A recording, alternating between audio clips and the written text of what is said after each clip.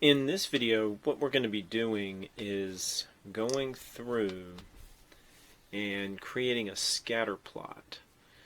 And what we're going to do is we're going to have a, you've already picked your variable, you're going to use your lower year for the X variable and your higher year for the Y variable. And so I'm just going to do this. Of course, you can't do the ones that I'm doing, but I'm just going to go through the steps here about how to do this. So you're going to click on Graphs, Legacy Dialogues, and we're going to go down here to Scatterplot.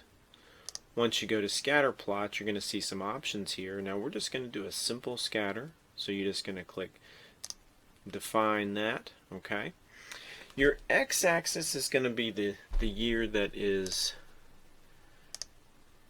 the lower year, okay, the one that comes first, and then your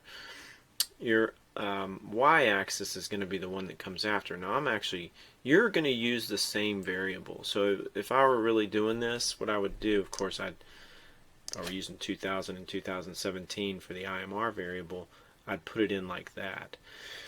But what you're going to do is you're going to do the variable that you have, okay, whichever one that you've picked. Now I'm actually just going to pick a different one. Actually, I won't be able to do that because it won't be the same scale. It won't make any sense. I'll do 2010 maybe. But what I'm going to do here is I'm going to show you how to do this scatter plot so that you can see everything. And we're going to label this. First of all, we're going to set the markers here. We're going to use the income category to set the markers. And what that does is it basically uses that income category variable to decide which category. Remember, there were 4 categories that each of these countries could fall in. And we're also going to label the cases here. And we're going to label the cases by country. And so now, when we go in, we're going to actually need to display that chart with the case labels there. So what I did, let me cancel that back out. I'm going to Options, and then you're going to click on that box. Click OK. At this point, you're ready to graph your scatter plot. And so again, y-axis is going to be the later year. X-axis is going to be the earlier year. You're going to set the markers by income category and then label the cases by country. But remember, you got to go into these options and display the chart with the case labels, or else even though they'll be labeled, you won't be able to see the labels on the chart. So we'll click OK. All right, and you can see that the graph's a little busy, so that's something you got to kind of deal with. Now, what we're going to do from here is we're actually going to put in a line that's 45 degrees here.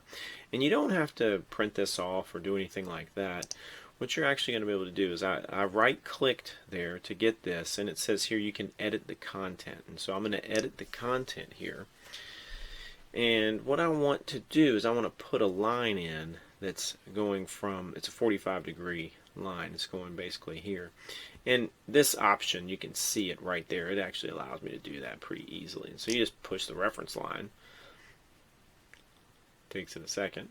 There goes the. Now this one actually says 0.8. You don't want 0.8. You want 1x. Now a lot of the times it actually goes right in as 1x. So 1x, y equals x is the line you actually want. And so I'm going to apply that.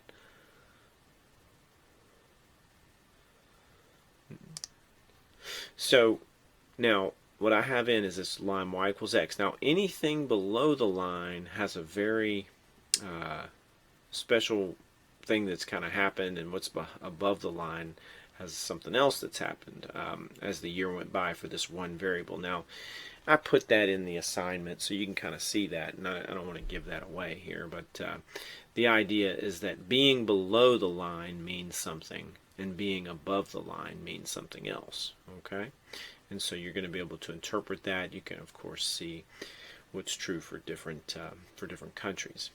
Okay, hopefully that was helpful in terms of this assignment 17. Once you've got your graph, what you're going to do, of course, you're just going to copy it into a Word document and then submit it under the assignments. Okay, that's the end of this video.